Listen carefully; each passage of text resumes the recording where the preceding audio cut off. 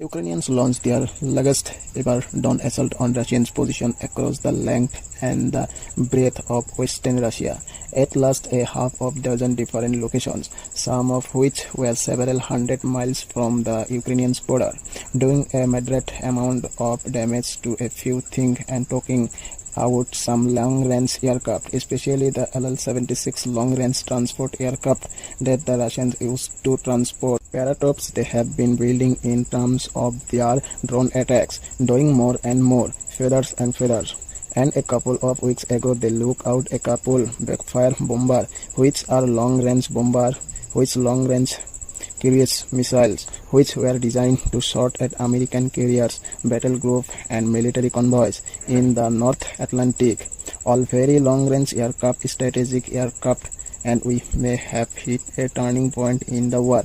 Northern the Ukraine front, but on every other front that matters. Let me kind of dial that back and explain what I mean. Russia is not a normal country. It's not a unitary republic like France or a federate country like the United States.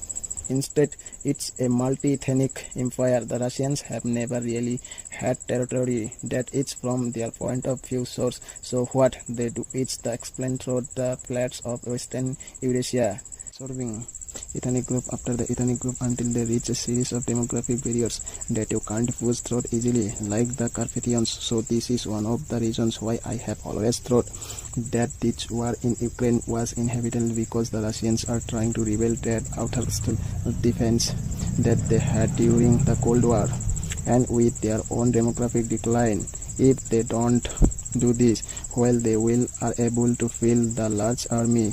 They are looking at collapse over the course of the next 10 to 30 years. This is all about buying time for them. So from a strategic point of view, the war makes sense, a lot of sense. That logic works both ways. However, in order to maintain control of a multi-ethnic empire, you have to have a really deep intelligence system that monitors the populations for any sign of dissent.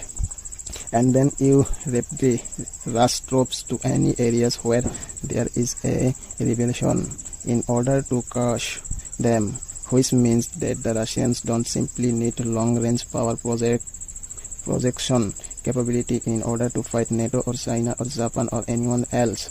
They need it simply to hold their country together, and over the course of the last month, especially on the 30, the Ukrainians have demonstrated that the strategic deployment assist those LL-76, those backfire that the Russians need simply to maintain their national coherence, are now being threatened. So everything that I have said about the Ukraine war to this point, I think is still stand. But we now need to consider that one aspect of the Ukraine war is that Ukraine is demonstrating that Russian power might not be sustainable even if they win the war in Ukraine, and that is something that has got to have a lot of people in a lot of capitals stroking their sense thoughtfully, because the Ukrainians didn't do this with NATO weapons. The United States, NATO, everyone else,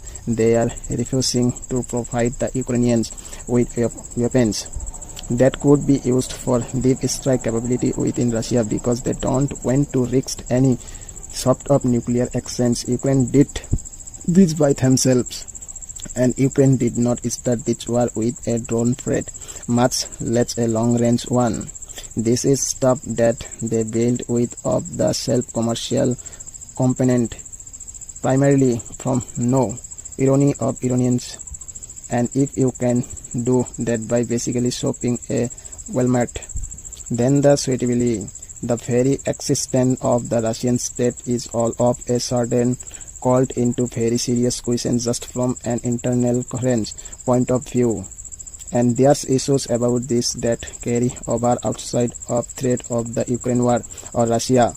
And I am taking here about China, because over the course of the last couple days there's been a lot of noise about out of the American Pentagon, especially from Admiral Hines, about something called the replicator initiative, which is to take off the expensive commercial grade drone technology and make literally tens of thousands of attack drones that can be used to basically sink the entire Chinese navy. They have seen in Ukraine how effective this strategy can be. Supposedly, they have already built the technical space for what they want, and they hope to have the entire fleet deployed in under 2 years. Now, a couple things to remember about the Chinese side of things. Yes, the Chinese have a very large navy in terms of number of ships, about twice the size of the American navy. Now, the American navy still outclasses it.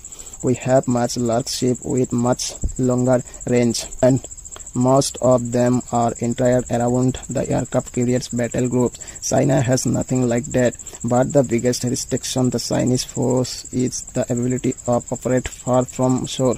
About 90% of their ships can't operate more than 1,000 miles. So we are talking about most of the operating within the first island chain of Japan, Taiwan, the Philippines, and so on. The East China Seas, the South China Seas. Well, if the United States has those long-range, largely ships that can operate over 1,000 miles from